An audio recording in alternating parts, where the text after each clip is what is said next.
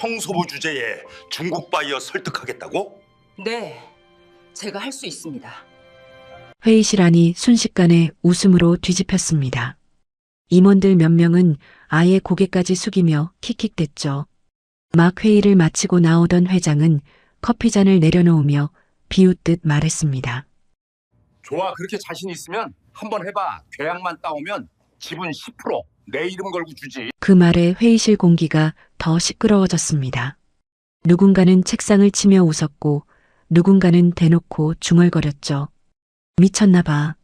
청소 카트 밀던 아줌마가 중국 바이어를 설득한대. 저러다 경비 불러서 끌려나가겠네. 하지만 그녀는 웃지 않았습니다. 손에 쥔 걸레를 천천히 접어 청소 카트 위에 올려놓았을 뿐이었죠.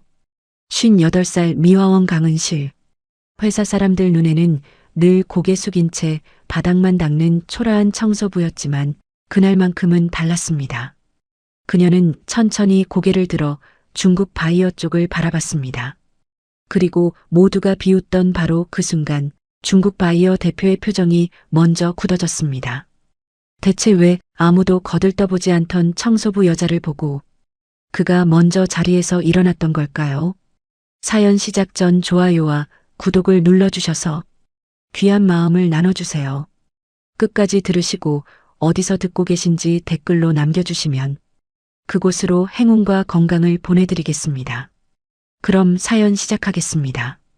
사흘 전 회사가 중국 최대 바이어와의 계약을 눈앞에서 놓치기 시작하던 때로 거슬러 올라갑니다.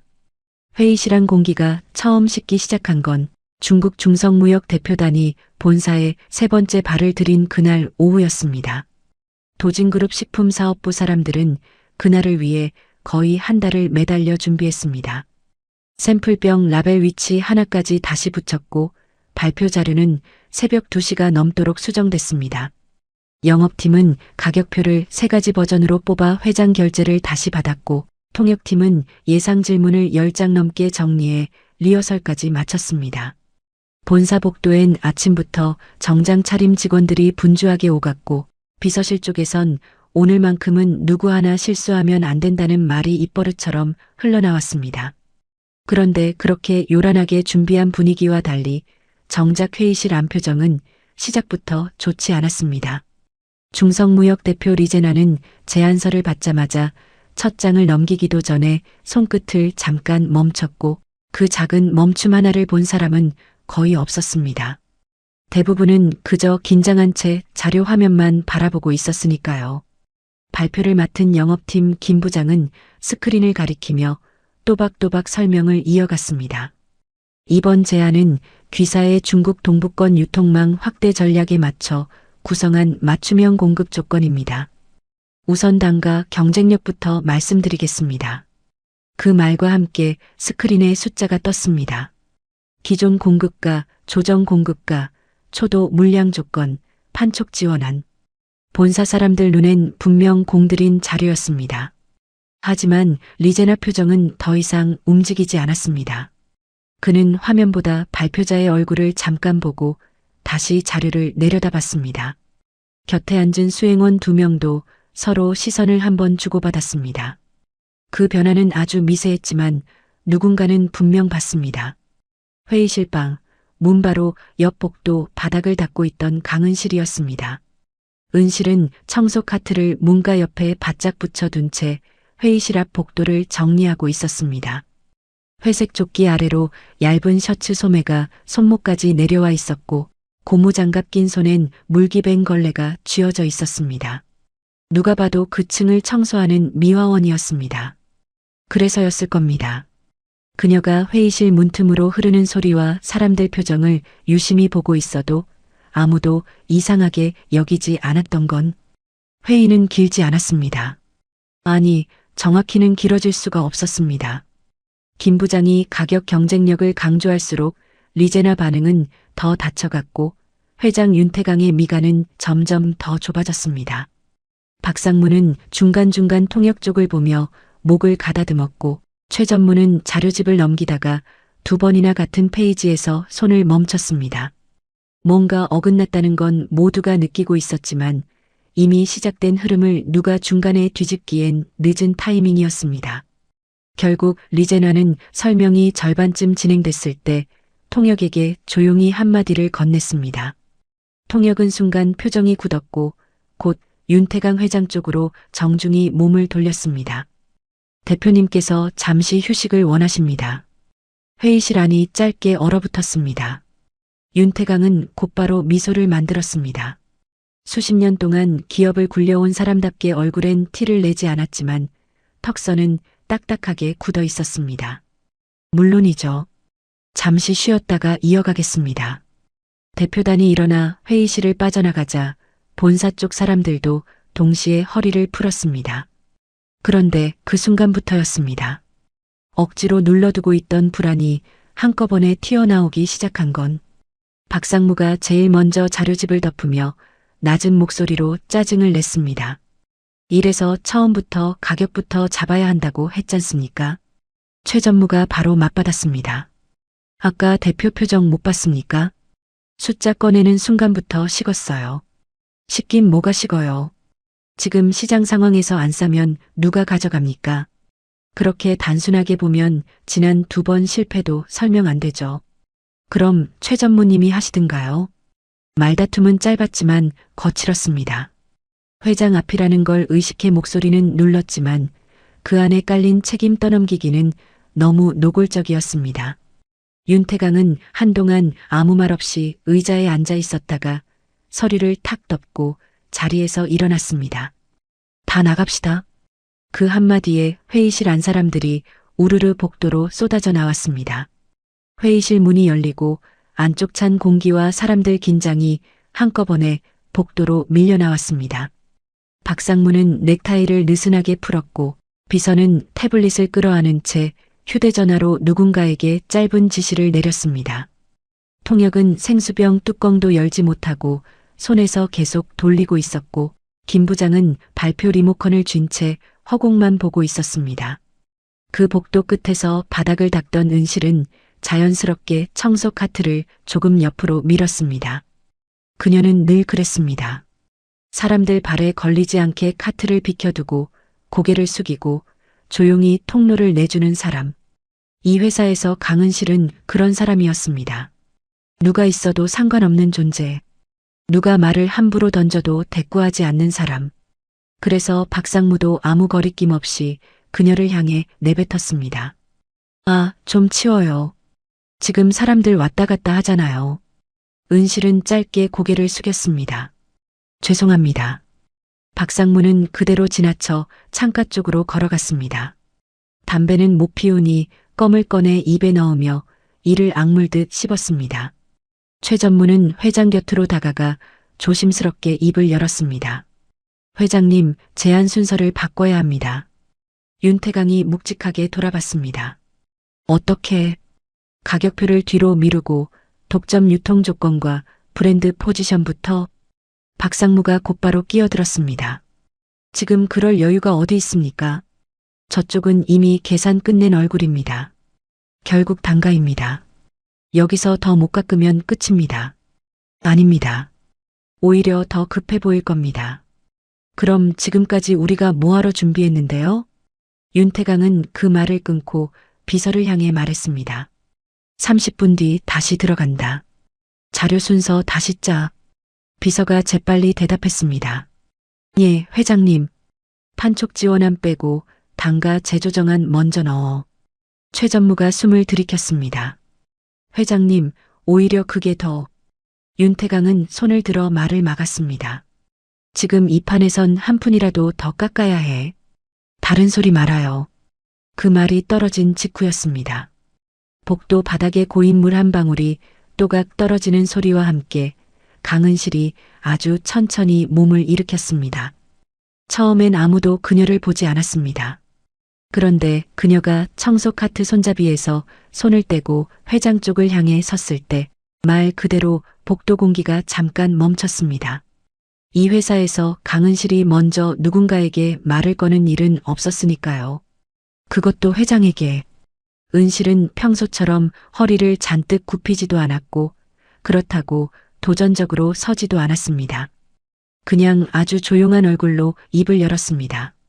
그렇게 들어가시면 오늘도 계약 못 다십니다. 비서 손에 들린 태블릿이 툭 미끄러질 뻔했습니다. 박상무는 껌을 씹던 입을 멈춘 채 고개를 돌렸고 최 전무는 아예 말문이 막힌 얼굴이 됐습니다. 윤태강은 잠시 아무 말 없이 은실을 바라봤습니다.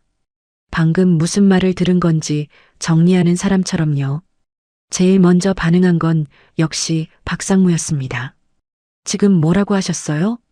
은실은 같은 톤으로 다시 말했습니다. 그 조건으론 안 됩니다. 저분들은 가격 때문에 안 움직입니다. 박상무 입가에 비웃음이 번졌습니다.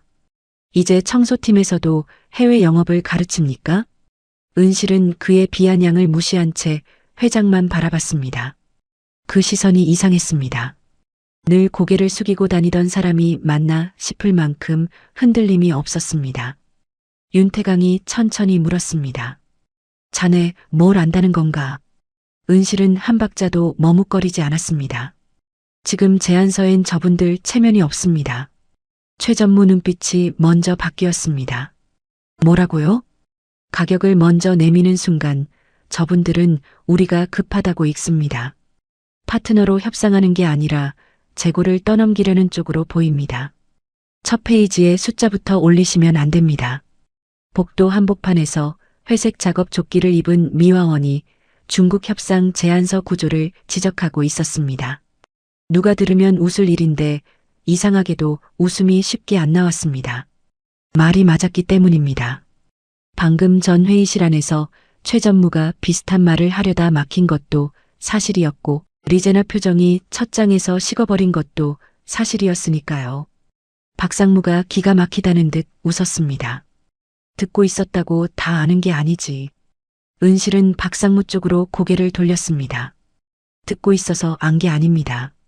우리 대표님은 지난번에도 가격표를 넘기실 때 손을 멈추셨습니다. 오늘도 소개 영상에는 반응하셨지만 첫 페이지 숫자를 보는 순간 눈빛이 닫혔습니다. 제품이 아니라 자기를 어떻게 대우하는지를 보고 계신 겁니다. 최 전무 입에서 낮은 중얼거림이 새어나왔습니다. 맞아, 그래서 지난번에도 박상무가 날카롭게 받아쳤습니다. 최 전무님까지 왜 이러십니까? 청소부 말에 휘둘릴 겁니까?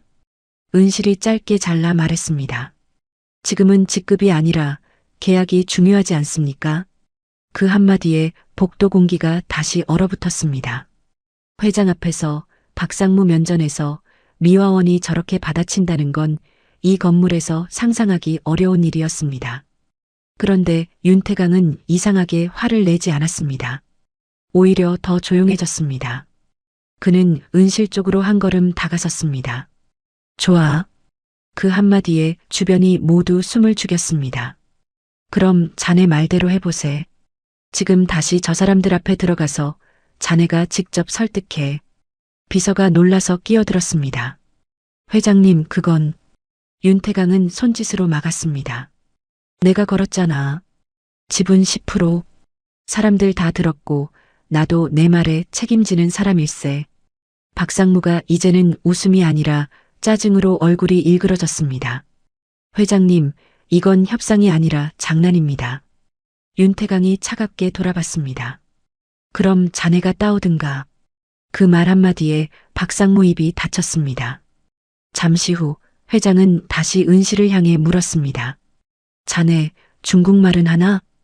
은실은 짧게 고개를 끄덕였습니다. 조금 합니다. 박상무가 피식 웃었습니다. 조금이래. 이제 보니 정말 별일이 다 있네. 그때 회의실 문이 다시 열렸습니다. 통역이 조심스럽게 얼굴을 내밀었습니다. 회장님, 대표님께서 시간이 많지 않다고 합니다. 결론 정리되면 바로 말씀 달라고. 윤태강은 문 안쪽을 힐끗 봤습니다. 테이블 끝에 앉은 리제나는 손목시계를 한번 내려다보고 있었고 수행원 둘은 이미 서류를 가방 쪽으로 모으고 있었습니다. 지금 놓치면 이번에도 그대로 끝날 상황이었습니다. 윤태강은 턱을 한번 쓸어내리고는 은실을 향해 말했습니다. 좋아. 단 한 번이야. 헛소리면 오늘부로 여기 못 있어. 멀리서 이 장면을 본 미화팀 반장 박 여사는 입을 다물지 못했고 복도 건너편 직원 몇 명도 걸음을 멈춘 채 이쪽을 바라봤습니다. 청소 카트를 밀던 미화원이 중국 최대 바이어 협상장에 들어간다. 누가 봐도 말도 안 되는 장면이었습니다.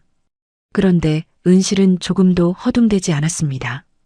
그녀는 먼저 청소 카트를 벽에 바짝 붙여 세웠습니다. 접어둔 걸레를 다시 한번 반듯하게 올려두고 고무장갑을 그 위에 가지런히 내려놨습니다. 그 동작이 이상할 만큼 차분했습니다. 마치 이런 순간을 오래전에도 여러 번 겪어본 사람처럼요. 은실은 회색 조끼 주머니에서 작은 손수건을 꺼내 손끝을 닦았습니다. 그리고 문 앞에서 아주 잠깐 멈췄습니다. 바로 그 순간 그녀 눈빛에 아주 짧은 과거가 스쳤습니다. 하얀 안전모, 생산라인 도면, 중국 현장 직원들, 회의실 스피커에서 울리던 날카로운 중국어, 그리고 누군가 다급하게 외치던 목소리. 강 총괄이 직접 말해주세요. 은실은 그 기억을 금세 눌러 지웠습니다. 지금은 과거를 떠올릴 때가 아니었습니다. 그녀는 천천히 회의실 문을 열고 안으로 들어섰습니다. 회의실 안공기는 복도보다 훨씬 차갑고 단단했습니다. 정장 입은 임원들, 스크린에 띄워진 제안서, 정렬된 샘플병들, 절반쯤 식은 차, 그리고 가장 정면 끝에 앉은 리제나. 리제나는 은실이 들어오자 아주 천천히 고개를 들었습니다. 이번엔 그냥 청소부를 한번 스쳐보는 시선이 아니었습니다. 마치 오래전 기억 속 어떤 얼굴과 지금 눈앞에 선 여자를 겹쳐보는 사람처럼 그는 은실 얼굴을 유심히 바라봤습니다. 윤태강이 자리에 앉으며 통역에게 말했습니다. 제안 순서를 조금 바꾸겠습니다. 박상무는 끝까지 못마땅한 얼굴로 자리에 앉았고 최전무는 펜을 쥔 채 은실을 곁눈질했습니다. 비서는 회의실 벽 쪽에 선 채 숨도 크게 쉬지 못했습니다. 은실은 프레젠테이션 앞도 회장 바로 옆도 아닌 테이블 옆쪽에 조용히 섰습니다. 나서려는 사람처럼 보이지 않으면서도 결정적인 순간엔 한마디를 던질 수 있는 자리였습니다. 윤태강이 통역에게 고개를 끄덕였습니다. 다시 시작하죠. 통역이 말을 옮기기 위해 입을 떼는 순간 은실이 먼저 말했습니다. 아주 자연스러운 중국어였습니다. 우리 대표님 괜찮으시다면 오늘은 제안서를 반대로 설명드리고 싶습니다. 통역 입이 멈췄습니다. 박상무 눈썹이 꿈틀했습니다. 최전무 손에 들린 펜이 딱 멈췄습니다. 은실은 차분히 말을 이었습니다. 가격이 아니라 왜 귀사가 이 제품을 선택해야 중국 시장에서 더 강해지는지부터 말씀드리겠습니다.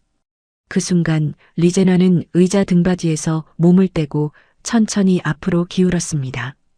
그 장면을 본 사람들은 그제야 느꼈습니다. 이 여자는 정말로 뭔가 알고 있구나. 그리고 동시에 아무도 몰랐습니다. 왜 중국 최대 바이어 대표가 왜 하필 청소 카트를 밀던 이 58살 여자에게 처음으로 제대로 시선을 고정했는지.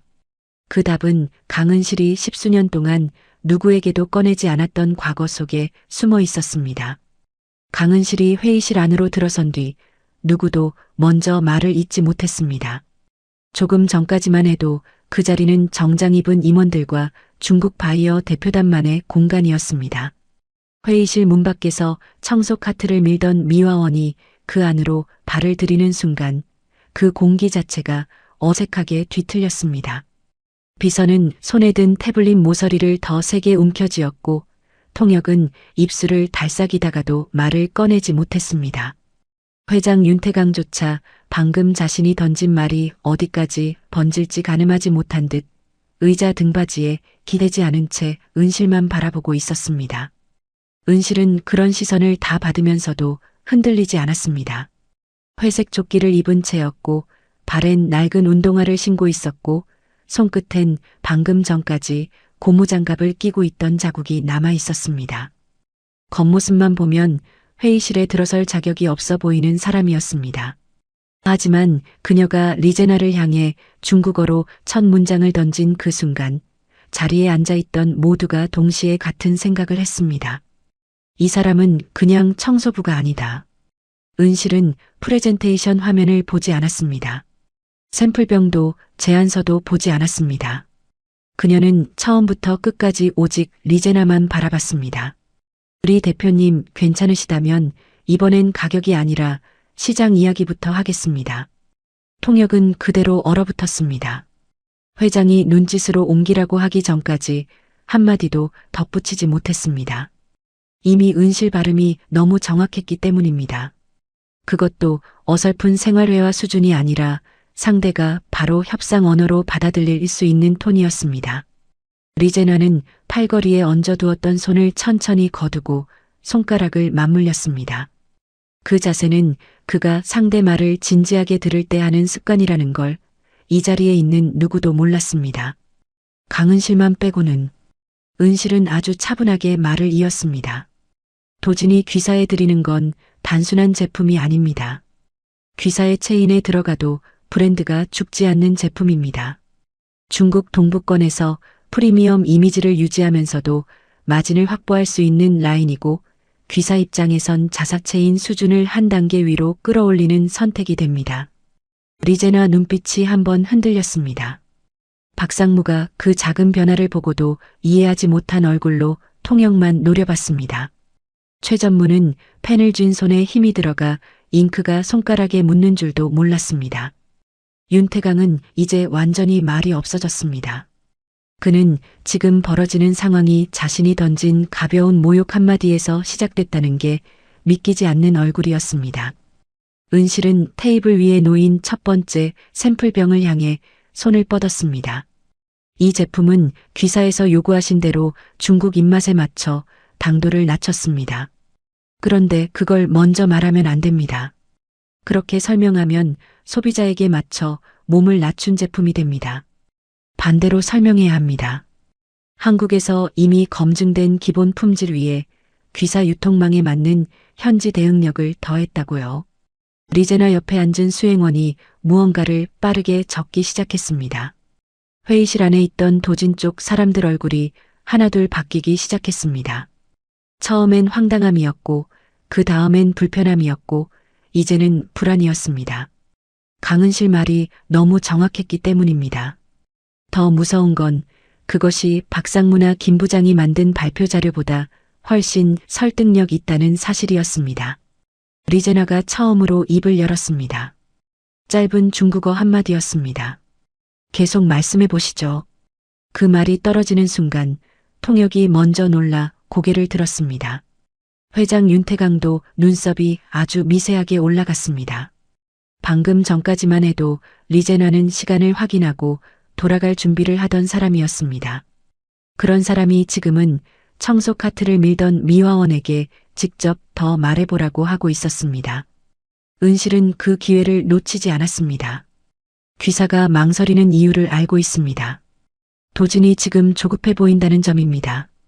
세 번째 만남인데도 여전히 가격으로 먼저 설득하려 한다는 건 귀사 입장에서 불안한 신호일 수 있습니다. 파트너라기보다 이번에는 꼭 성사시켜야 하는 쪽처럼 보이니까요. 리제나 시선이 이번엔 아주 분명하게 변했습니다. 그는 은실 얼굴을 똑바로 바라봤습니다. 그러곤 아주 천천히 손끝으로 테이블을 한번 두드렸습니다. 이 또한 오랫동안 거래해 본 사람만 아는 습관이었습니다.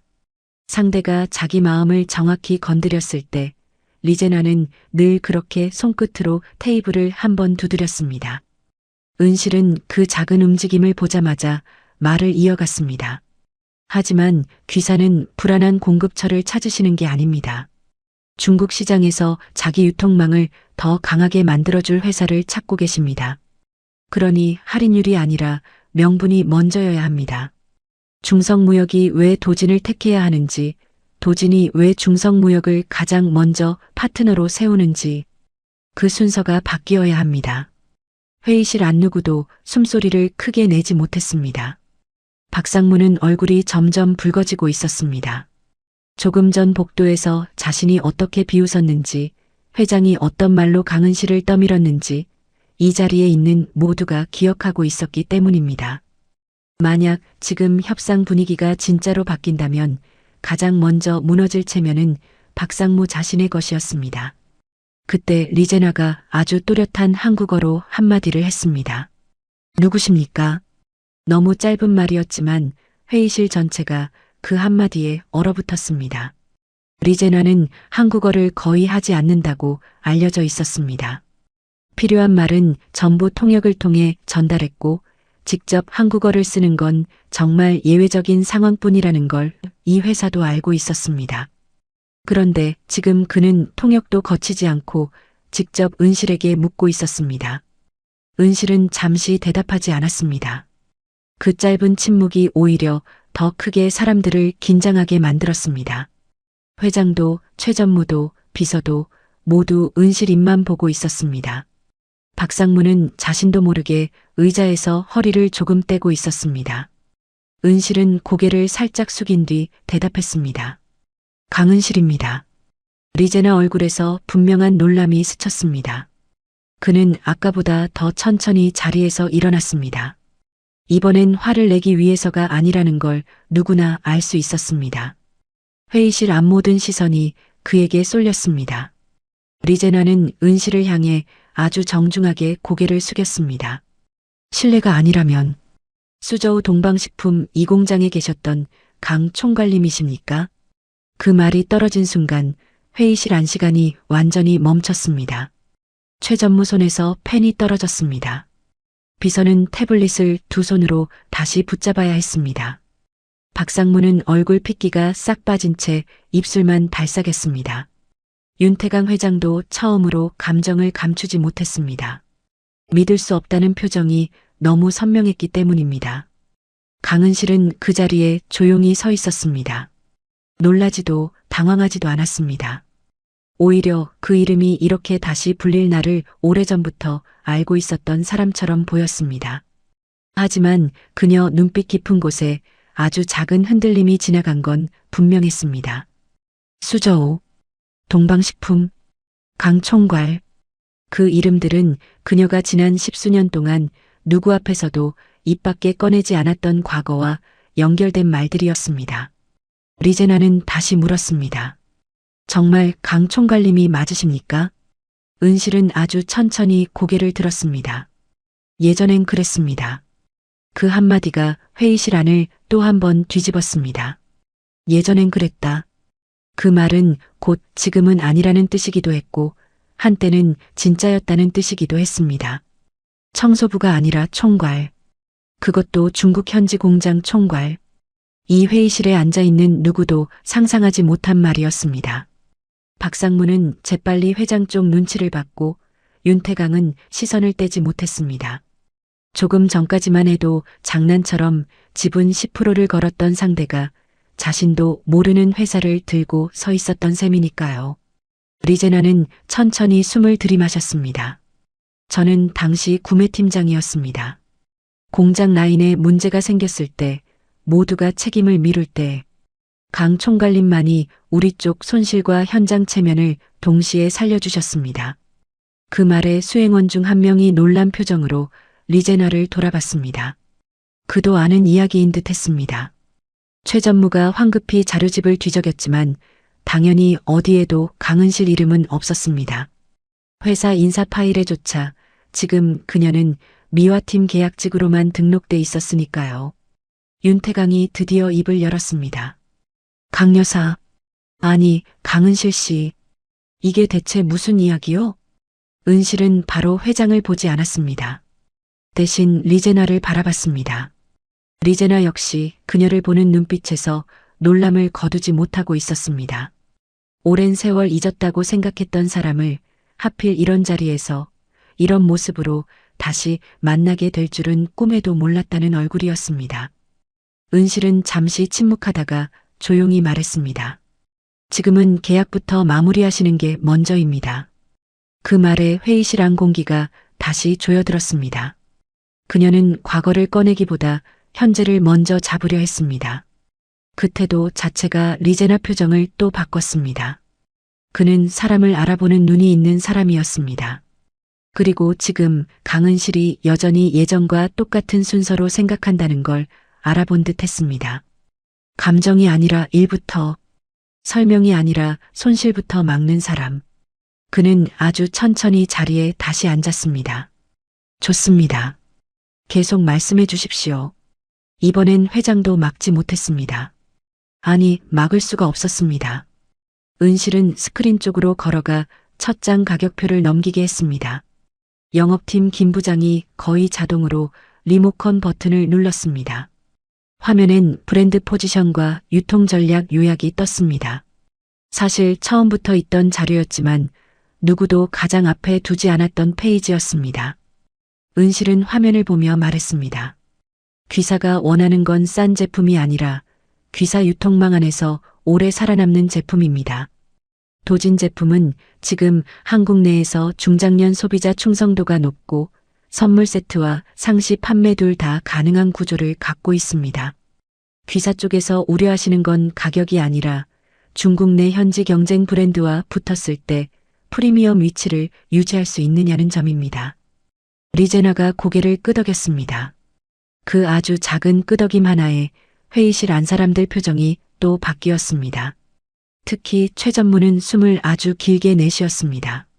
자기가 계속 주장했던 방향이 틀리지 않았다는 안도와 동시에 그걸 결국 자신이 아니라 이 미화원이 살렸다는 자괴감이 한꺼번에 스친 얼굴이었습니다. 은실은 자료를 하나하나 짚어가며 설명했습니다. 그러나 그 방식은 지금까지의 영업팀 발표와 전혀 달랐습니다.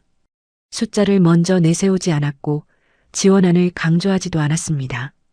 대신 중성무역이 왜 이 제품을 들여와야만 하는지, 자기 유통망에 어떤 명분이 생기는지, 중국 소비자에게 어떤 방식으로 스토리를 입혀야 하는지부터 말했습니다.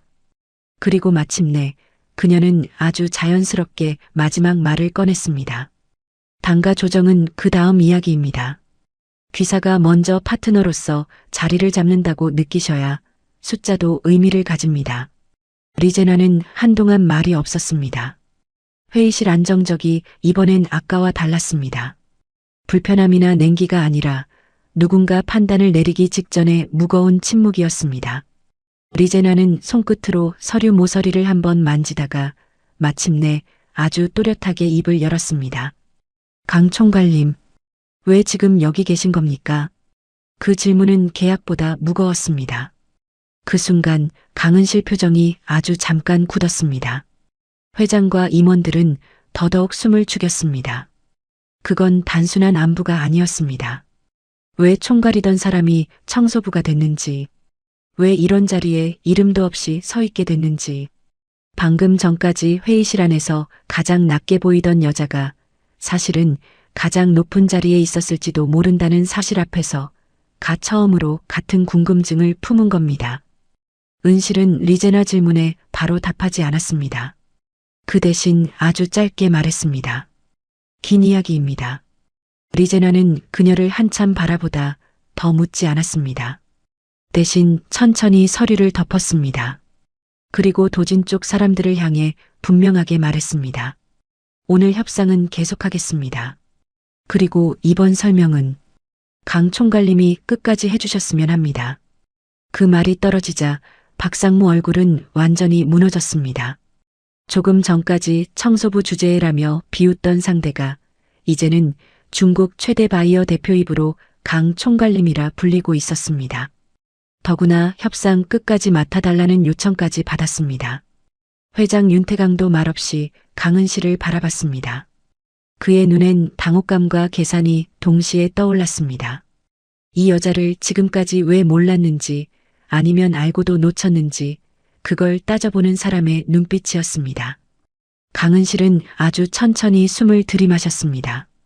그리고 리제나를 향해 짧게 고개를 숙였습니다. 알겠습니다. 하지만 그 대답을 하는 순간에도 그녀 마음은 전혀 다른 시간을 스치고 있었습니다. 수저우 공장, 끊어진 라인, 회의실을 울리던 고함, 그리고 서류 위에 찍히지 못한 어떤 이름. 강은실이 왜 총괄 자리에서 사라졌는지, 왜 아무도 모르게 미화팀 계약직으로 본사 바닥을 닫게 됐는지, 왜 그 긴 세월 동안 자기 이름 하나 꺼내지 않고 살아왔는지. 그 진짜 이야기는 아직 아무도 모르고 있었습니다.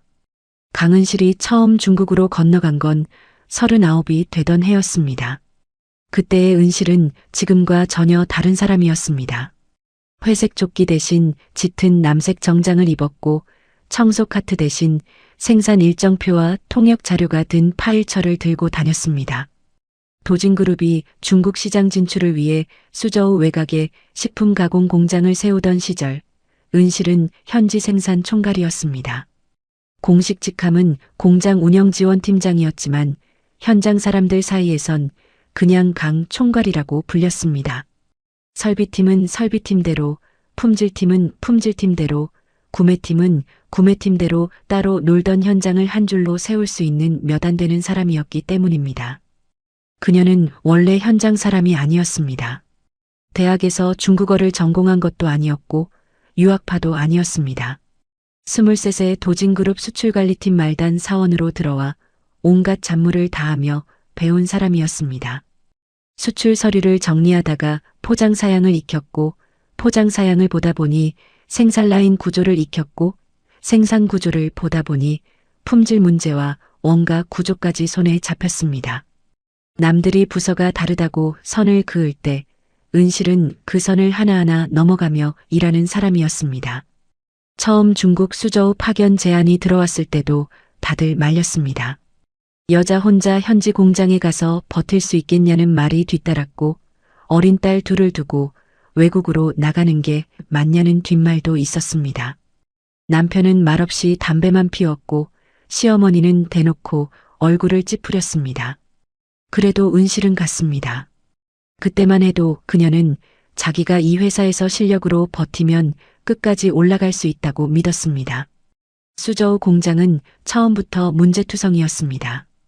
기계는 들어왔지만 사람 손이 모자랐고 통역은 있었지만 현장 말과 회의실 말이 달랐습니다. 한국 본사는 하루라도 빨리 라인을 돌리라고 밀어붙였고 중국 현장 직원들은 안전검사가 끝나지 않았다고 버텼습니다. 현지 부자재 업체는 납기를 자꾸 어겼고 본사에선 왜 일정이 늦어지느냐고 매일같이 전화를 해댔습니다. 임원들은 서울 회의실에서 숫자만 던졌지만 현장은 숫자처럼 움직이지 않았습니다. 그 가운데 은실은 하루 16시간씩 공장에 붙어 살았습니다. 낮엔 라인 점검표를 들고 돌아다녔고 밤엔 통역과 함께 회의록을 다시 정리했습니다. 한국 관리자와 중국 반장들 사이에 말이 틀어지면 은실이 가운데 섰고 불량률이 오르면 가장 먼저 작업복을 입고 라인 안으로 들어갔습니다. 현지 직원들이 그녀를 처음엔 탐탁지 않아 했습니다. 한국에서 온 여자 관리자 하나가 뭘 안다고 지시하느냐는 눈빛이 많았습니다. 하지만 석 달쯤 지나자 분위기가 달라졌습니다. 다른 관리자들은 문제가 생기면 본사 핑계를 댔지만 은실은 현장에서 답을 찾는 사람이었기 때문입니다. 한 번은 이런 일도 있었습니다. 초도 물량 출하를 사흘 앞두고 충진 라인 한쪽이 갑자기 멈춰 섰습니다. 원인은 작은 센서 하나였지만 그걸 교체하려면 라인을 통째로 멈춰야 했습니다. 본사에선 무조건 출하를 맞추라고 압박했고 현지 기술자들은 안전 문제 때문에 절대 안 된다고 버텼습니다. 회의실 안 공기가 험악해졌고 한국 쪽 관리자는 화를 내며 말했습니다. 지금 여기서 멈추면 손실이 얼마인지 압니까? 중국 측 반장이 맞받았습니다. 이 상태로 돌리면 사고 납니다. 통역이 문장을 반쯤 잘라 옮기는 바람에 서로 목소리만 더 높아졌습니다. 누군가는 서류철을 탁 덮었고 누군가는 의자를 뒤로 밀었습니다.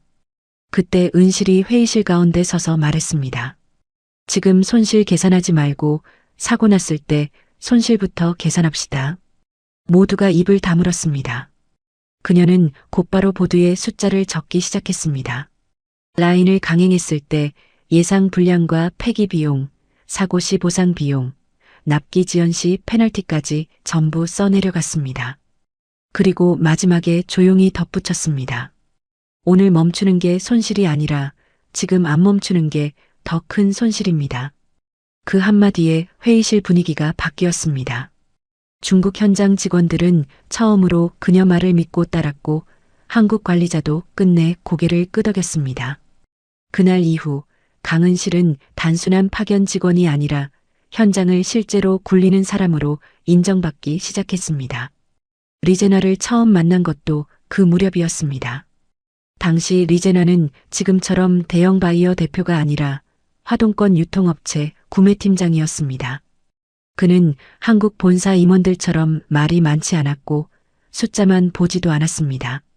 대신 공장 바닥을 직접 보고 창고 냄새를 맡고 직원들 표정까지 살피는 사람이었습니다. 처음 공장에 왔을 때도 그는 안내받은 회의실보다 생산 라인을 먼저 둘러보겠다고 했습니다. 본사 쪽 사람들은 당황했지만 은실은 별말 없이 안전모를 건네며 앞장섰습니다. 그날 라인 끝에서 작은 문제가 터졌습니다. 막 포장된 제품 박스 하나가 컨베이어 끝에서 찢어졌고 내용물이 바닥에 쏟아졌습니다. 함께 둘러보던 한국 관리자 한 명이 얼굴을 굳히며 서둘러 사람을 불렀지만 은실은 먼저 무릎을 굽혀 바닥에 떨어진 제품을 손으로 집어들었습니다. 그러곤 리제나를 향해 말했습니다. 문제가 없다고 감추는 공장보다 문제가 생겼을 때 바로 고치는 공장이 더 오래 갑니다. 리제나는 그 말을 듣고 한참 은실을 봤습니다. 그게 두 사람의 첫 대화였습니다. 그 뒤로 리제나는 중요한 협상 자리가 있을 때마다 은실을 찾았습니다. 은실은 가격만 말하지 않았습니다. 중국 쪽 체면이 어떻게 서야 하는지, 한국 본사가 어느 선까지 양보할 수 있는지, 현지 유통망이 어떤 문장에 움직이는지를 정확히 짚는 사람이었습니다. 그 시절 수저우 공장 안에선 이런 말까지 돌았습니다. 도진 공장은 강 총괄이 입 열기 전과 후가 다르다. 그만큼 은실 말에는 무게가 있었습니다. 문제는 그런 사람이 오래 버티기 어려운 곳도 회사라는 점이었습니다. 수저우 공장이 자리를 잡기 시작하자 본사 안 분위기가 달라졌습니다. 처음엔 아무도 책임지려 하지 않던 사업이 슬슬 실적으로 잡히기 시작하자 공을 챙기려는 사람들이 몰려들었습니다. 본사 전략기획실에서 새로 내려온 인물이 있었는데 이름은 박성호였습니다. 지금의 박상무가 아니라 그의 형이자 당시 전략기획실 이사였습니다. 은실보다 직급은 높았지만 현장은 전혀 몰랐습니다. 대신 숫자를 예쁘게 만드는 데엔 능했습니다. 그는 본사 보고서에 적힐 문장과 회장 귀에 들어갈 표현을 누구보다 잘 아는 사람이었습니다. 박성호는 수저우 공장 성과를 자기 손으로 정리해 서울로 올리기 시작했습니다. 현장 문제를 해결한 건 누군지, 거래처 신뢰를 쌓은 건 누군지보다 어느 회의에서 어떤 결정을 누가 승인했는지가 더 크게 적혔습니다. 은실 이름은 점점 보고서 아래쪽으로 밀려났고 박성호 이름은 위로 올라갔습니다. 처음엔 은실도 대수롭지 않게 넘겼습니다. 성과를 누가 가져가든 공장만 제대로 돌아가면 된다고 생각했기 때문입니다. 하지만 박성호는 단순히 공을 가져가는 사람에서 멈추지 않았습니다. 그는 비용을 줄인다는 명목으로 납품업체를 바꾸기 시작했습니다. 은실은 바로 반대했습니다. 새 업체가 제시한 단가는 낮았지만 현장 테스트를 제대로 거치지 않은 곳이었고 원료 안정성도 의심스러웠습니다. 은실은 회의실에서 분명히 말했습니다. 지금 단가 아끼려다가 라인 전체 흔들립니다. 이 업체는 아직 안 됩니다. 박성호는 웃으며 답했습니다. 강 총괄은 늘 너무 보수적이에요. 기업은 타이밍 놓치면 끝나는 겁니다. 결국 본사는 박성호 쪽 손을 들어줬습니다. 원가 절감이라는 말은 언제나 회의실에서 힘이 셌으니까요. 그리고 2달 뒤 사고가 터졌습니다. 새 원료 공급분 중 일부에서 기준치 이상 이물이 검출됐고 이미 출하 직전까지 갔던 물량 일부가 전량 폐기됐습니다. 현장 직원들은 패닉에 빠졌고 납기 일정은 엉망이 됐습니다. 바이어 쪽에 상황 설명을 해야 했고 본사는 책임 소재부터 따지기 시작했습니다. 그때 박성호가 가장 먼저 움직였습니다. 그는 본사 보고서에 이렇게 적었습니다. 현지 운영 총괄 강은실의 검수 미흡과 관리 소홀로 인해 사고가 발생하였음. 은실은 그 문장을 보고도 처음엔 믿지 못했습니다. 자기가 반대했던 업체를 본사가 밀어붙였고 검수 우려도 여러 차례 회의록에 남겨두었습니다. 그런데도 최종 책임이 자기 앞으로 떨어진 겁니다. 은실은 회의록과 메일 출력본을 들고 서울 본사에 들어갔습니다. 그때 윤태강 회장과 직접 마주친 건 단 2번뿐이었는데 그 두 번째가 바로 그날이었습니다. 윤태강은 서류를 한번 훑고는 담담하게 말했습니다. 결과가 이 모양이면 누군가는 책임져야지. 은실은 떨리는 손으로 회의록을 내밀었습니다. 제가 반대했습니다. 이 업체 안 된다고 여러 번 보고드렸습니다. 결제선에 다 남아 있습니다. 윤태강은 그 서류를 끝까지 보지도 않았습니다. 자네는 현장 책임자였잖아. 그럼 마지막 책임도 자네 몫이지. 그날 은실은 처음 알았습니다. 회사라는 곳이 진실보다 구조를 먼저 고른다는 걸요. 누가 잘못했는지는 중요하지 않았습니다. 이미 본사는 중국 공장원과 절감 성과를 대외적으로 홍보한 상태였고 박성호를 중심으로 돌아가는 전략 기획실 라인을 건드리긴 어려웠습니다. 그러니 현장 책임자 하나를 잘라내는 편이 훨씬 쉬웠습니다. 은실은 정식해고 대신 사직을 권고받았습니다. 아이들 학비와 집 대출이 머리를 내리눌렀습니다. 남편은 그 무렵 공사 현장에서 다쳐 일을 거의 못하고 있었습니다. 버틸 힘이 없었습니다. 끝까지 싸우고 싶었지만 싸우는 동안 생활이 무너질 게 더 무서웠습니다. 결국 은실은 사직서에 도장을 찍었습니다. 박성호는 그날 복도에서 은실을 붙잡고 말했습니다. 강 총괄, 너무 억울해하지 말아요. 회사라는 게 원래 그래. 누군가는 총대도 매야지. 은실은 그 얼굴을 평생 잊지 못했습니다. 억울하다는 말을 입에 올릴 힘도 없던 사람에게 총대라는 말을 웃으며 던지던 얼굴. 그날 이후 강은실은 자기 이름을 입 밖에 꺼내지 않는 사람이 됐습니다. 총괄도 팀장도 관리자도 아니었습니다. 그냥 다른 도시로 내려가 공장 아르바이트를 전전하다가 남편까지 떠난 뒤 다시 서울로 올라와 미화용역 일을 시작했습니다. 생활은 버텨야 했고 자존심은 사치가 됐습니다. 그러다 몇 년 전 아이러니하게도 다시 도진그룹 계열 건물 미화팀으로 들어오게 됐습니다. 누구도 그녀를 못 알아봤습니다. 그럴 만도 했습니다. 당시 본사에 있던 사람들은 대부분 바뀌었고 현장 파견 직원 하나쯤은 기록으로만 남았을 뿐이었으니까요. 무엇보다 강은실 본인이 절대로 자기 과거를 꺼내지 않았습니다. 그냥 묵묵히 바닥을 닦았습니다. 사람들이 함부로 말해도 들은 척하지 않았고 회의실에서 오가는 말들을 알아들어도 모르는 척했습니다. 그렇게 10수년이 지났습니다. 그런데 오늘 하필 리제나가 그 회의실 문 앞에 다시 나타난 겁니다. 수저우 공장 시절 누구보다 현장을 정확히 보던 그 사람. 그리고 강은실이 책임을 뒤집어 쓰고 사라진 뒤 더는 만날 일이 없을 거라 생각했던 사람. 은실은 회의실 문 앞에 서기 전부터 그 얼굴이 낯설지 않다고 느꼈습니다. 하지만 설마 했습니다. 세월이 너무 많이 흘렀고 자기 모습은 너무 달라졌으니까요. 그런데도 리제나는 그녀를 알아봤습니다. 아니, 정확히는 아직 확신은 못했지만 기억을 더듬고 있었습니다. 강은실은 회색 작업 조끼 주머니 안에서 손을 한번 움켜쥐었습니다. 지금도 마음 한구석엔 오래된 분노가 그대로 남아 있었습니다.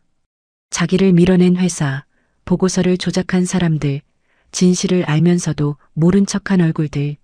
하지만 이상하게도 더 큰 건 분노가 아니라 자존심이었습니다. 자기가 무엇을 하던 사람인지, 어떤 자리까지 갔던 사람인지 누구도 몰라도 된다고 생각하며 살았는데 오늘 이 자리에서 다시 그 이름이 불렸습니다. 강 총괄. 그 이름이 다시 살아난 순간 은실은 알았습니다. 오늘이 그냥 계약 자리가 아니라는 걸요. 오래전 자기를 묻어버렸던 시간과 다시 마주하는 날이라는 걸요. 그리고 그 시간의 시작점엔 분명 박성호가 있었습니다. 지금 도진 본사에서 영업본부장을 맡아 앉아있는 박상무의 친형. 아직도 전략기획실 핵심으로 남아있는 사람. 강은실이 왜 무너졌는지, 누가 그녀를 바닥으로 밀었는지 그 진짜 중심은 아직 이 건물 안에 있었습니다. 회의실 안으로 다시 돌아왔을 때 강은실은 자기 심장이 평소보다 훨씬 느리게 뛰고 있다는 걸 느꼈습니다. 긴장해서 빨라지는 심장이 아니라 오히려 너무 오래 눌러둔 감정이 한꺼번에 떠오르지 못하도록 억지로 맥박을 눌러두는 사람의 심장 같았습니다. 방금 전까지만 해도 복도에서 청소 카트를 붙들고 있던 손이었는데 지금은 샘플병과 서류가 놓인 회의 테이블 한가운데 서 있었습니다. 고무장갑 자국이 남아있는 손, 회색 조끼, 조금 낡은 운동화. 겉모습은 변한 게 없는데 회의실 안 사람들이 그녀를 바라보는 눈빛만 완전히 달라져 있었습니다. 아까까지는 비웃음이었습니다. 지금은 경계였습니다. 그리고 그 경계보다 더 진한 건 확인하고 싶은 마음이었습니다. 중국 최대 바이어 대표가 강 총괄님이라고 불렀던 여자. 10수년째 아무도 이름조차 제대로 불러주지 않던 미화원. 그 둘이 같은 사람이라는 사실이 이 회의실 안에 있는 누구에게도 아직 완전히 실감나지 않는 듯 했습니다. 윤태강 회장은 아무 말 없이 자리에 앉아 있었지만 눈빛만큼은 바쁘게 움직이고 있었습니다. 리제나 강은실, 최전무, 박상무, 그리고 다시 강은실. 지금 이 상황에서 누구 말을 먼저 듣고 누구 표정을 먼저 읽어야 하는지 계산하는 얼굴이었습니다. 반면 박상무는 계산보다 감정이 먼저 올라오는 사람이었습니다. 얼굴 근육이 이미 굳어 있었고 어금니를 악물고 있는 게 턱선으로 드러났습니다. 조금 전까지만 해도 청소부 주제라며 비웃던 상대가 바이어 눈앞에서 총괄로 불렸으니 당황을 넘어서 모욕감까지 느끼고 있는 게 분명했습니다. 리제나는 여전히 강은실만 보고 있었습니다. 그의 표정은 놀람에서 조심스러운 확신으로 바뀌어가고 있었습니다.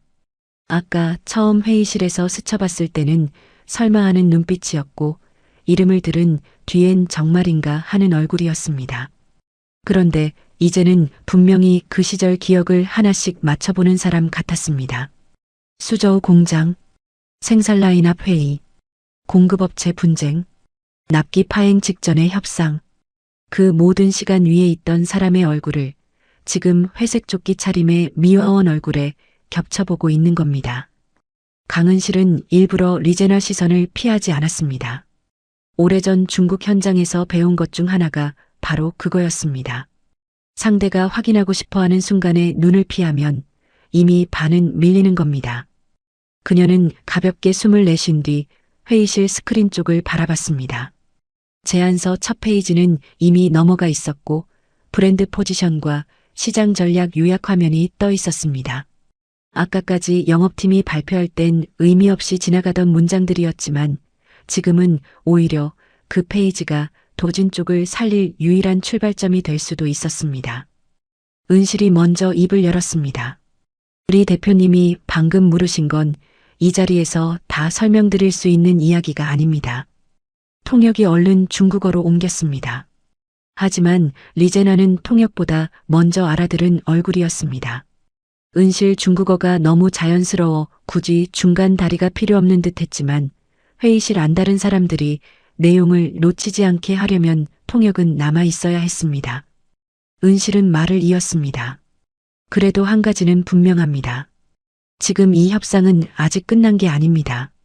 도진이 뭘 잘못 짚고 있었는지만 바로잡으면 오늘 여기서 결론을 낼 수 있습니다. 윤태강이 천천히 몸을 앞으로 기울였습니다. 그는 더 이상 이 상황을 우연이나 장난으로 보지 않는 눈치였습니다. 오히려 회장 특유의 냉정함이 다시 돌아오고 있었습니다. 상황이 어디로 흐르든 자기에게 유리한 쪽으로 끌어가야 하는 사람의 표정이었습니다. 좋습니다. 그럼 강은실 씨가 계속 설명해 보시오. 강은실 씨. 조금 전까지만 해도 강여사, 청소부, 저 사람으로 불리던 이름이 이제는 성과 이름을 갖고 불리기 시작했습니다. 그 한 끗 차이가 회의실 공기를 바꾸고 있었습니다. 박상무는 그걸 듣자마자 재빨리 끼어들었습니다. 회장님, 잠깐만요. 아무리 그래도 지금 이건 너무 즉흥적입니다. 저 사람 말 몇 마디에 협상 전체 방향을 바꾸는 건 위험합니다.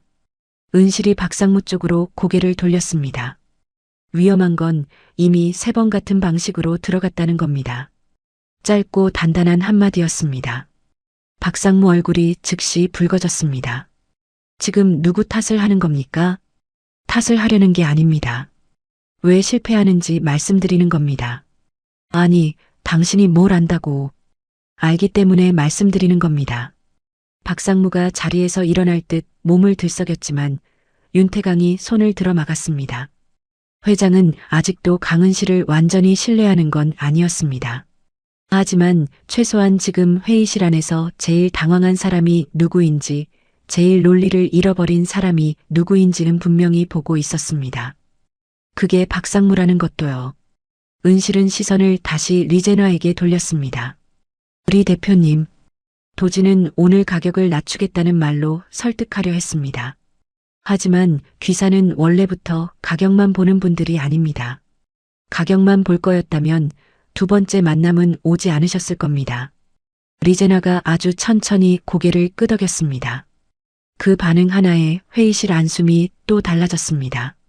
최 전무는 손에 들린 펜을 내려놓았습니다. 이제는 메모보다 상황을 보는 쪽이 더 중요하다고 느낀 듯 했습니다.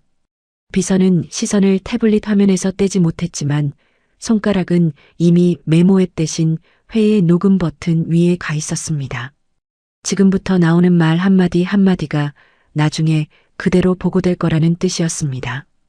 은실은 샘플병 하나를 손에 들었습니다. 이 제품은 귀사에 맞춰 당도를 낮췄고 유통기한도 현지 상황에 맞춰 조정했습니다. 그런데 이걸 먼저 말하면 안 됩니다. 이건 양보처럼 들리기 때문입니다. 귀사 입장에선 도진이 우리를 위해 바꿔줬다가 아니라 도진이 우리를 잡기 위해 몸을 낮춘다로 들릴 수 있습니다. 통역이 말을 옮기자 리제나 입가에 아주 미세한 웃음이 스쳤습니다. 그건 동의에 가까운 표정이었습니다. 은실은 멈추지 않았습니다. 먼저 말씀드려야 하는 건 이겁니다. 도진 제품이 중국 시장에서 귀사체인 이미지를 해치지 않는다는 점, 그리고 단기 할인 품목이 아니라 선물 세트와 상시 판매를 동시에 가져갈 수 있는 드문 라인업이라는 점, 귀사 입장에서 이건 할인받는 거래가 아니라 자기 유통망 수준을 한 단계 올리는 거래여야 합니다. 리제나 옆 수행원이 고개를 들고 은실을 똑바로 쳐다봤습니다. 그는 방금까지 제안서 한쪽 귀퉁이에 무언가 체크만 하던 사람이었는데 이제는 아예 펜을 내려놓고 있었습니다. 회의실 안 누구보다 먼저 도진 쪽 논리가 바뀌었다는 걸 받아들이는 얼굴이었습니다. 그때 리제나가 중국어로 한마디를 던졌습니다. 수행원이 즉시 종이를 넘기며 어떤 숫자를 보여줬습니다. 통역이 은실 쪽을 보더니 조금 망설였습니다. 대표님께서 만약 독점 유통을 주면 도진이 중국 내 가격 통제를 어디까지 책임질 수 있느냐고 묻습니다. 박상무가 얼른 끼어들려고 했습니다. 그건 저희가 설명. 하지만 리제나는 손끝만 들어 그 말을 잘랐습니다. 그 작은 손짓 하나에 박상무 입이 닫혔습니다. 리제나는 분명 강은실에게 직접 답을 듣고 싶어 했습니다. 은실은 한 박자도 쉬지 않았습니다. 지역별 가격 관리표를 따로 드리겠습니다. 초기 3개월은 귀사체인 내 기준 가격을 우선 보호하고 온라인 채널은 단계적으로만 열겠습니다. 무리하게 유통망을 넓히지 않고 귀사체인을 대표 채널로 먼저 세우겠습니다. 귀사가 먼저 이익을 가져가는 구조여야 장기 계약도 의미가 있습니다. 통역이 말을 옮길수록 수행원 눈빛이 바뀌었습니다. 최 전무가 그 반응을 놓치지 않고 숨을 삼켰습니다. 은실이 말한 방식은 사실 도진 내부에서도 몇 번 언급된 적 있는 방향이었습니다. 다만 영업팀은 늘 초반 매출 규모를 키우려 했고 온라인 채널을 빨리 열어 숫자를 부풀리는 걸 우선했습니다. 반대로 은실은 지금 귀사 체인을 먼저 세워주는 명분을 던지고 있었습니다. 바이어가 듣고 싶어하는 말을 정확히 골라 던지는 방식이었습니다. 윤태강이 처음으로 입을 열었습니다. 강은실 씨, 이 방향으로 가면 초기 매출은 줄 수 있소. 은실은 바로 회장을 보며 대답했습니다. 대신 계약은 성사됩니다. 회의실 안이 조용해졌습니다. 그 한마디가 너무 정확했기 때문입니다. 지금까지 이 자리에 있던 모든 사람은 초기 매출표와 연간 물량 계획만 붙들고 있었지만 정작 오늘 당장 필요한 건 계약 자체였습니다. 도지는 이미 2번을 놓쳤고 3번째마저 실패하면 이 사업은 사실상 끝장이었습니다. 그런데 강은실은 처음부터 계속 같은 말을 하고 있었습니다. 가격이 아니라 명분, 급한 척이 아니라 파트너 대우, 초기 숫자가 아니라 장기 자리. 그리고 이상하게도 리제나는 그 말에 반응하고 있었습니다. 잠시 후 리제나가 다시 입을 열었습니다. 이번엔 통역을 거치지 않고 천천히 한국어로 말했습니다. 강 총괄님은 예전과 똑같습니다. 그 말은 리제나가 강은실을 완전히 기억해냈다는 뜻이었습니다. 윤태강 눈빛이 또 한 번 크게 흔들렸습니다. 박상무는 아예 시선을 피했습니다. 이제 이건 단순히 청소부가 중국어를 좀 하는 수준이 아니었습니다. 중국 최대 바이어가 자기 과거의 실력까지 증언해주고 있는 셈이었습니다. 리제나는 다시 중국어로 말을 이었습니다. 통역이 조금 빠르게 받아 적더니 곧 옮겼습니다. 대표님께서 말씀하십니다. 수저우 공장 시절 강 총괄님이 아니었다면 그때 거래를 끊었을 거라고 합니다. 그때 강 총괄님은 손실보다 신뢰를 먼저 지켰고 그래서 지금까지 기억한다고 합니다. 회의실 안 누구도 움직이지 않았습니다. 강은실은 눈을 아주 잠깐 감았다 떴습니다. 그 짧은 순간에 지나간 감정이 무엇이었는지 이 자리에 있는 사람 중 아무도 완전히 읽지 못했을 겁니다. 그리움인지 서러움인지 아니면 다시는 떠올리고 싶지 않았던 시간과 마주한 피로감인지 다만 분명한 건 하나였습니다. 리제나 말은 지금 도진 쪽 누구의 소개보다도 강했고 누구의 추천보다도 결정적이었습니다. 리제나가 다시 말했습니다. 오늘 협상은 계속하겠습니다. 그리고 조건은 강 총괄님 설명 기준으로 다시 듣겠습니다. 이번엔 박상무가 못 버티고 입을 열었습니다. 대표님, 물론 저희도 그 방향 검토는. 리제나는 그쪽을 보지도 않았습니다. 그는 끝까지 강은실만 바라본 채 말을 마쳤습니다. 도진이 오늘 우리를 붙잡은 건 할인율이 아닙니다. 사람입니다. 그 한마디에 박상무 입술이 하얗게 질렸습니다. 조금 전까지 자기가 비웃던 청소부 여자가 이제는 이 협상장 전체의 중심이 되어 있었습니다. 그리고 중국 바이어 대표는 공개적으로 사람이라는 말을 꺼냈습니다. 숫자도 아니고 조건도 아니고 사람. 그건 곧 도진 내부 누군가가 놓친 것을 강은실이 다시 붙잡았다는 뜻이기도 했습니다. 윤태강은 손가락으로 테이블을 한번 두드렸습니다. 그는 이제 완전히 회장 모드로 돌아와 있었습니다. 계산이 끝난 사람의 얼굴이었습니다. 눈앞에서 벌어진 반전을 어떻게 자기 쪽으로 끌고 올지 이미 머릿속에서 판을 다시 짜고 있는 게 보였습니다. 좋습니다. 그럼 조건 조정안은 지금 바로 다시 정리하지요. 최 전무가 재빨리 서류를 모아들었습니다. 비서는 회의록을 다시 열었고 김 부장은 프레젠테이션 리모컨을 움켜쥔 채 얼굴을 닦았습니다.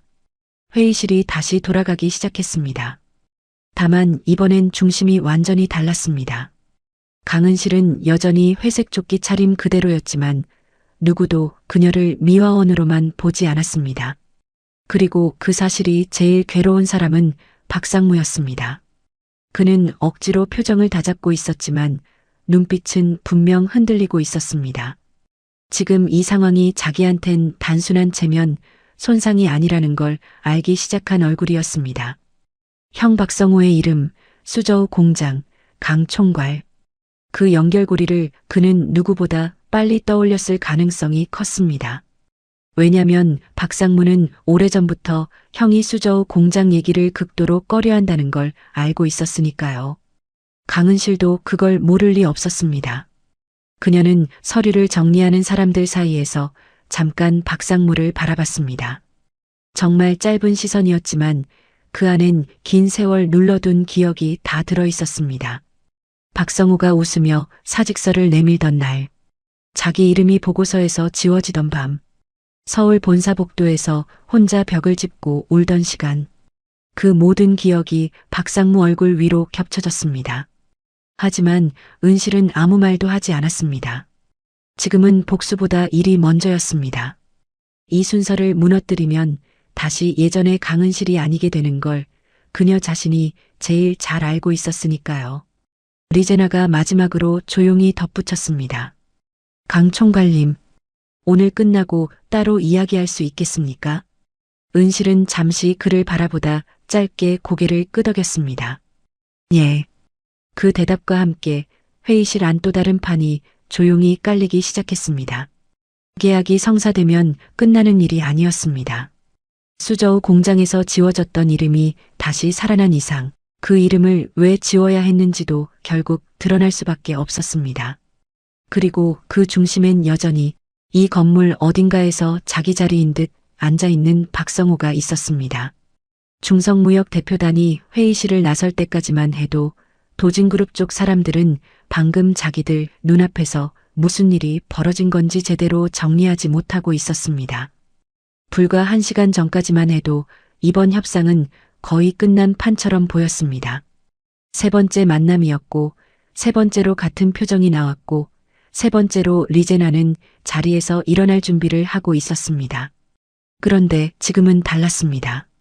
대표단은 회의실 문 앞에서 윤태강 회장과 다시 악수를 나눴고 수행원들은 아까보다 훨씬 정돈된 표정으로 서류 가방을 챙기고 있었습니다. 무엇보다 리제나가 마지막에 남긴 말 한마디가 회의실 안 사람들 가슴에 박혀 있었습니다. 조건은 다시 받겠습니다.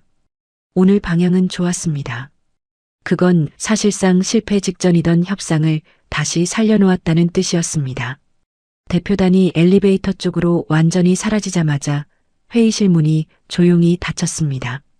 그 순간부터 공기는 또 다른 방향으로 뒤집히기 시작했습니다. 아까까지는 바이어 눈치를 보느라 누구도 크게 움직이지 못했지만 이제는 모두가 강은실 쪽을 향해 동시에 시선을 쏟아냈습니다. 누군가는 놀람을 감추지 못했고 누군가는 불편함을 숨기지 못했고 누군가는 벌써 계산을 시작하고 있었습니다. 윤태강 회장은 가장 늦게 일어났습니다. 그는 회의실 정면 끝자리에서 천천히 몸을 일으키더니 잠시 말없이 강은실을 바라봤습니다. 회장의 얼굴에선 감정을 읽기 어려웠지만 그게 오히려 더 무서웠습니다. 그는 화가 난 것 같지도 않았고 그렇다고 기쁜 것 같지도 않았습니다. 다만 분명한 건 이제 강은실을 방금 전처럼 대충 대해선 안 된다고 판단한 사람의 눈빛이었다는 겁니다. 다들 잠깐 나가봐요. 그 한마디에 회의실 안 사람들이 동시에 굳었습니다. 박상무가 제일 먼저 반응했습니다. 회장님, 그 전에 제가 나가보라고 했소. 윤태강 목소리는 크지 않았지만 더는 토를 달 수 없게 만들었습니다. 박상무는 입을 다물고 뒤로 물러섰습니다. 최 전무는 말없이 서류를 챙겼고 비서는 태블릿을 품에 안은 채 뒷걸음질 치듯 문 쪽으로 빠졌습니다. 영업팀 김 부장은 아예 강은실 얼굴도 못 보고 고개 숙인 채 나갔습니다. 모두가 회의실 문 밖으로 빠져나가고 마지막으로 박상무가 나가려다 아주 잠깐 강은실 쪽을 흘겨봤습니다. 그 시선엔 노골적인 불쾌함과 조급함이 섞여 있었습니다. 문이 닫히고 나자 회의실엔 세 사람만 남았습니다. 윤태강 회장, 강은실, 그리고 최 전무. 최 전무는 문 앞까지 갔다가 회장이 나무라는 눈짓을 보내자 다시 자리로 돌아온 사람이었습니다. 윤태강은 그를 힐끗 보더니 낮게 말했습니다. 최 전무는 앉아요. 최 전무는 조심스럽게 자리에 앉았습니다. 강은실은 여전히 테이블 옆에 서 있었습니다. 회색 조끼 차림 그대로 손끝엔 고무장갑 자국이 남은 채였습니다. 윤태강은 그런 그녀를 한참 바라보다가 빈 의자를 가리켰습니다. 강은실 씨도 앉으시오. 은실은 고개를 저었습니다. 서 있겠습니다. 그 짧은 대답이 이상하게 회의실 안을 더 조용하게 만들었습니다. 윤태강은 그 말에 굳이 더 권하지 않았습니다. 대신 천천히 물었습니다. 언제부터였소? 은실은 질문 뜻을 금방 알아들었습니다. 수저우 공장 때부터입니다. 아니, 여기 말이요. 언제부터 이 회사에서 청소를 했냐는 말이요. 4년 됐습니다. 윤태강 미간이 좁아졌습니다. 4년이나. 최전무도 그 말에 눈을 크게 떴습니다. 4년. 회장 머릿속에 여러 장면이 빠르게 지나가는 듯 했습니다. 그동안 회의실 앞에서, 복도에서, 본사 층마다 강은실이 카트를 밀고 지나갔을 수도 있습니다. 그런데 누구도 그녀가 누군지 몰랐습니다. 아니, 알 필요조차 없다고 생각했던 거겠지요. 윤태강이 다시 물었습니다. 왜 아무 말도 안 했소? 은실은 그 질문에 잠시 침묵했습니다. 회의실 차가운 조명이 그녀 얼굴 한쪽을 더 깊게 패이게 만들고 있었습니다. 58살 얼굴이었지만 순간만큼은 훨씬 더 오랜 시간을 버틴 사람처럼 보였습니다. 말한다고 달라질 게 없었습니다. 최전무가 숨을 삼켰습니다. 윤태강은 의자 등받이에 기대며 그녀를 바라봤습니다. 수저우 일은 당신이 책임지고 나간 걸로 기억하고 있었소. 은실이 처음으로 회장을 똑바로 봤습니다. 그렇게 정리됐으니까요. 짧은 한마디였지만 최전무는 그대로 고개를 숙였습니다. 윤태강도 입을 다물었습니다. 강은실은 목소리를 높이지 않았습니다. 억울하다고 외치지도 않았고 변명하듯 설명하지도 않았습니다. 그냥 사실을 던졌습니다. 그렇게 정리됐으니까요. 그 말엔 그동안 자기가 얼마나 긴 시간을 삼키고 살아왔는지가 다 담겨 있었습니다. 윤태강이 묵직하게 물었습니다. 지금 그 말은 당시 정리가 잘못됐다는 뜻이요. 회장님께서 이미 보고받으셨던 대로입니다. 현장 총괄이 책임지고 나갔습니다. 최전무가 조심스럽게 입을 열었습니다. 강은실 씨, 그때 회의록이나 메일 아직 갖고 있습니까? 은실은 최전무 쪽을 보지 않았습니다. 없습니다. 가질 이유도 없었습니다. 그 말에 최전무 얼굴이 굳었습니다. 자기가 바라는 답이 아니었기 때문입니다. 지금 이 상황에서 만약 강은실 손에 그 시절 증빙이 남아있다면 회사 내부 권력판이 당장 흔들릴 수도 있었습니다. 그런데 은실은 아예 그런 싸움을 다시 꺼낼 생각이 없어 보였습니다. 윤태강이 손가락으로 테이블을 천천히 두드렸습니다. 박성호. 그 이름이 회의실에 떨어지는 순간 공기가 또 한 번 바뀌었습니다. 강은실 눈빛이 아주 미세하게 흔들렸습니다. 최전무는 숨을 멈췄습니다. 윤태강이 다시 말했습니다. 그때 전략기획실에서 수저우 건 정리하던 사람이 박성호였지. 최전무가 낮게 대답했습니다. 예, 회장님. 지금은 전략기획실 부사장입니다. 강은실 입술이 아주 조금 굳었습니다. 박상무의 친형. 그리고 그녀를 보고서 위에서 지워버린 사람. 그 이름이 이렇게 다시 회의실 한가운데 올라온 건 10수년 만이었습니다. 윤태강은 잠시 생각에 잠긴 얼굴을 하다가 강은실에게 시선을 돌렸습니다. 오늘 일 밖으로는 어떻게 알고 있었던 걸로 설명하면 좋겠소? 그 질문은 참 윤태강다운 질문이었습니다. 진실보다 먼저 회사가 흔들리지 않는 모양새를 생각하는 사람. 강은실은 그 말에 실소조차 짓지 않았습니다. 오히려 예상한 질문이라는 듯 담담했습니다. 설명하실 필요 없습니다. 무슨 뜻이요? 계약이 먼저입니다. 오늘은 그걸로 충분합니다. 윤태강 눈빛이 다시 바뀌었습니다. 그는 지금 처음으로 강은실을 평가하고 있었습니다. 청소부가 아니고 미화원이 아니고 과거 총괄이었던 사람으로요. 누군가 이 상황을 이용해 자기 억울함부터 쏟아낼 수도 있었습니다. 그런데 강은실은 끝까지 일부터 먼저 보고 있었습니다. 그것이 오히려 윤태강에게 더 무겁게 다가갔습니다. 그때 회의실 문이 아주 급하게 열렸습니다. 노크도 없었습니다. 박상무였습니다. 회장님, 잠깐만요. 대표단 쪽에서 추가 요청이. 그는 말을 하다가 회의실 분위기를 보고 멈칫했습니다. 윤태강, 최전무, 강은실. 세 사람 시선이 동시에 자기에게 꽂히자 얼굴이 굳어졌습니다. 아까까지는 강은실을 무시해도 되는 사람이라 여겼는데 지금은 그 판단이 틀렸다는 걸 본능적으로 느끼고 있는 얼굴이었습니다. 윤태강이 차갑게 물었습니다. 노크는 배우지 못했소. 죄송합니다, 회장님. 급해서 그랬습니다. 뭔데? 박상무는 잠깐 강은실 쪽을 힐끗 보더니 말했다.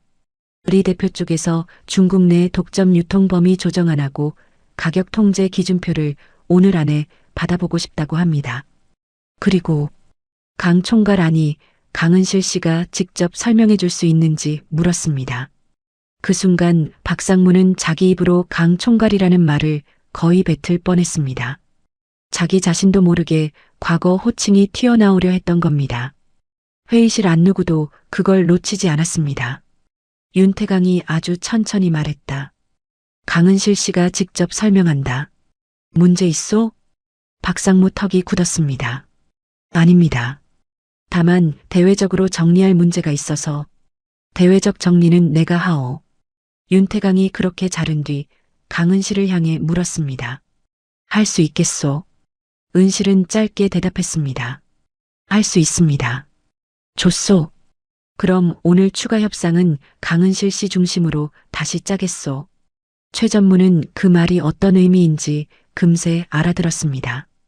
오늘 하루에 한정된 얘기일 수도 있었지만 동시에 회사 내부판이 달라질 수도 있다는 신호였습니다. 반면 박상무 얼굴은 눈에 띄게 굳어졌습니다. 형 박성호 이름이 방금 회의실에 올라왔고 강은실이 다시 협상 중심에 섰고 회장은 이미 이 카드를 버리지 않기로 마음먹은 듯 보였으니까요. 박상무가 다급하게 끼어들었습니다. 회장님, 그렇게 갑자기 맡기시는 건 위험합니다. 아직 이 사람 신원도 명확히. 강은실이 그 말을 끊었습니다. 제 신원은 리 대표가 먼저 확인했습니다. 정적이 흘렀습니다. 박상무는 입을 다물었습니다. 틀린 말이 아니었기 때문입니다. 이 회의실 안에서 지금 강은실 정체를 가장 강하게 증명해 준 건 회사가 아니라 바이어였습니다. 그 사실이 박상무를 더 초라하게 만들고 있었습니다. 윤태강은 자리에서 천천히 일어났습니다. 좋소. 그럼 이렇게 합시다. 그는 한 사람씩 번갈아 보며 말했다. 최 전무는 추가 조건안 정리해요. 박상무는 대표단 일정 다시 맞추고 강은실 씨는 나와 잠깐 봅시다. 윤태강과 강은실이 회의실 밖으로 나왔을 때 복도엔 이미 소문이 퍼져 있었습니다. 직원들 몇 명이 멀찍이 서 있다가 두 사람이 나오자 급히 시선을 피했고 미화팀 반장 박 여사는 아예 청소도구함 앞에서 굳은 채 은실만 보고 있었습니다. 회장이 먼저 걷고 그 뒤를 강은실이 따르는 풍경 자체가 이 건물에선 있을 수 없는 일이었으니까요. 엘리베이터 앞 창가에 멈춘 윤태강이 낮게 말했다. 강은실 씨, 예. 지분 10%. 내가 아까 사람들 앞에서 한 말 기억하오? 은실은 잠시 대답하지 않았습니다. 당연히 기억하고 있었습니다. 모욕처럼 던진 말이었으니까요. 회장은 청소부를 놀리듯 그 말을 꺼냈고 임원들은 웃었습니다. 그런데 지금 윤태강은 그 말을 농담으로 치워버릴지 아니면 정말 책임질지 갈림길에 서 있는 얼굴이었습니다. 은실이 천천히 말했다. 기억합니다. 윤태강은 창밖을 한번 보고 다시 돌아섰습니다. 계약이 성사되면 그 말 없던 걸로 하긴 어렵겠군. 그 순간 강은실은 처음으로 아주 미세하게 웃었습니다. 비웃음도 아니고 기쁨도 아니고 긴 세월을 건너와 겨우 입꼬리 한쪽만 움직이는 사람의 웃음이었습니다. 회장님, 말해보시오. 전 오늘 지분 받으려고 들어간 거 아닙니다. 윤태강 눈빛이 순간 흔들렸습니다. 강은실은 담담하게 말을 이었습니다. 그냥 제가 하던 일을 다시 한번 제대로 끝내고 싶었습니다.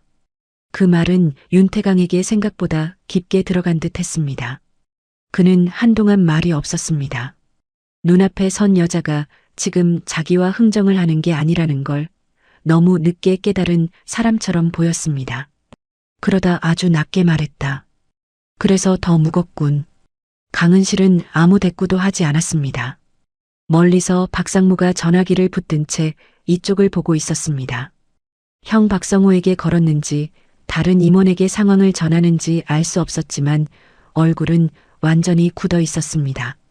윤태강도 그 시선을 알아봤는지 차갑게 말했다. 오늘 안에 다 끝나진 않을 거요. 강은실은 조용히 회장을 받습니다. 예. 하지만 시작은 됐소. 누가 뭘 감췄는지 나도 한번 봐야겠군. 그 말이 떨어지는 순간 강은실은 알았습니다. 이제 이 싸움은 단순히 계약 하나로 끝나지 않는다는 걸. 수저우에서 묻혔던 이름 하나가 다시 올라온 이상 그 이름을 누가 왜 어떻게 지웠는지도 결국 드러나게 될 거라는 걸. 그리고 바로 그때 복도 끝에서 박상무가 전화를 끊고 돌아서는 모습이 보였습니다. 그 얼굴은 이미 말해주고 있었습니다. 지금 가장 다급한 사람은 강은실이 아니라 박성호 쪽이라는 것을. 추가 협상이 끝난 건 그날 저녁 6시를 조금 넘긴 뒤였습니다. 회의실 블라인드 너머로 해가 거의 내려앉고 있었고 건물 유리창엔 주황빛이 옅게 번지고 있었습니다. 아침부터 쉴 틈 없이 오가던 직원들 발소리도 이제는 눈에 띄게 줄어 있었습니다. 하지만 12층 전략회의실 안 공기만은 여전히 팽팽했습니다. 샘플병은 이미 여러 번 자리를 바꿨고 처음엔 깔끔하게 정렬돼 있던 제안서 묶음은 여기저기 펼쳐져 있었습니다. 회의실 한쪽엔 차가운 커피잔이 여러 개 쌓여 있었고 최전무 넥타이는 아침보다 한참 느슨해져 있었습니다. 박상무는 오후 내내 몇 번이나 자리를 뜨고 다시 들어오길 반복했는데 그럴수록 얼굴색만 더 좋지 않아졌습니다. 반면 리제나는 아까보다 훨씬 안정된 표정이었습니다. 그는 마지막으로 수정된 조건표를 천천히 넘겨보고 있었습니다. 가격 통제 범위, 독점 유통 조건, 초도 물량 조정안, 온라인 채널 단계적 개방, 분기별 공동 프로모션 문구까지 그 모든 조항은 오후 내내 강은실 입에서 먼저 방향이 정리됐고 최 전무가 숫자로 다듬었고 윤태강이 최종 결단을 내리는 식으로 만들어졌습니다. 도진그룹이 준비한 원래 안과는 사실상 다른 문서였습니다. 그리고 회의실 안 누구도 부정할 수 없는 사실이 하나 있었습니다. 이 문서는 강은실이 아니었으면 오늘 절대 나오지 못했을 문서였습니다. 리제나가 마지막 장을 덮었습니다. 그 작은 소리 하나에 회의실 안숨이 동시에 멈췄습니다. 윤태강은 손을 모은 채 그를 바라봤고 최 전무는 무심한 척 펜을 내려놓았습니다. 박상무는 겉으론 태연한 얼굴을 하려 했지만 손가락이 테이블 아래에서 계속 움직이고 있었습니다. 그리고 강은실은 처음부터 그랬던 것처럼 조용히 테이블 옆에 서 있었습니다. 회색 조끼 차림 그대로였고 머리카락 한 올 흐트러지지 않은 채였습니다. 다만 아침과 다른 건 이제 이 자리 누구도 그녀를 회색 조끼만으로 판단하지 않는다는 사실이었습니다. 리제나가 윤태강 쪽을 바라보며 통역 없이 천천히 한국어로 말했습니다. 오늘 조건은 받아들일 수 있습니다. 그 한마디가 떨어지는 순간 회의실 안공기가 눈에 띄게 풀렸습니다. 최 전무가 가장 먼저 숨을 길게 내쉬었고 비서는 거의 반사적으로 태블릿 화면을 두드렸습니다. 영업팀 김 부장은 자기도 모르게 허리를 펴며 눈을 크게 떴습니다. 박상무는 웃으려는 입꼬리를 올렸지만 그 웃음은 끝까지 얼굴에 자리 잡지 못했습니다. 왜냐면 모두가 알고 있었으니까요. 방금 성사된 계약이 누구 덕분인지 윤태강이 조심스럽게 물었습니다. 그럼 오늘 여기서 기본 합의로 봐도 되겠습니까? 리제나는 강은실 쪽을 한번 본 뒤 고개를 끄덕였습니다. 예. 도진은 오늘 처음으로 우리와 같은 자리에서 말했습니다. 그 말이 윤태강보다도 강은실 쪽으로 더 향해 있다는 걸 회의실 안 사람들은 다 느꼈습니다. 리제나는 정중하게 자리에서 일어났습니다. 수행원들도 동시에 일어났고 서류 가방이 닫히는 소리가 차례로 들렸습니다. 윤태강도 일어나 악수를 청했습니다. 리제나는 회장과 악수한 뒤 조금도 망설이지 않고 강은실 쪽으로 몸을 돌렸습니다. 그리고 모두가 보는 앞에서 말했다. 강 총괄님, 오늘 다시 만나서 영광이었습니다. 회의실 안 시선이 한꺼번에 강은실에게 꽂혔습니다. 강은실은 짧게 고개를 숙였습니다. 저도 그렇습니다. 리제나는 아주 조용한 목소리로 덧붙였습니다. 그때도 당신이 회사를 살렸고 오늘도 그랬습니다. 다만 오늘은 누가 당신을 버렸는지 저도 조금은 알 것 같습니다. 통역은 그 마지막 문장을 옮기지 못했습니다. 아니, 옮기지 않은 것에 가까웠습니다. 너무 직접적이었으니까요. 하지만 회의실 앞몇몇은 리제나 표정과 말의 방향만으로도 충분히 알아들었습니다. 특히 박상무 얼굴이 바로 굳었습니다. 리제나는 더 길게 말하지 않았습니다.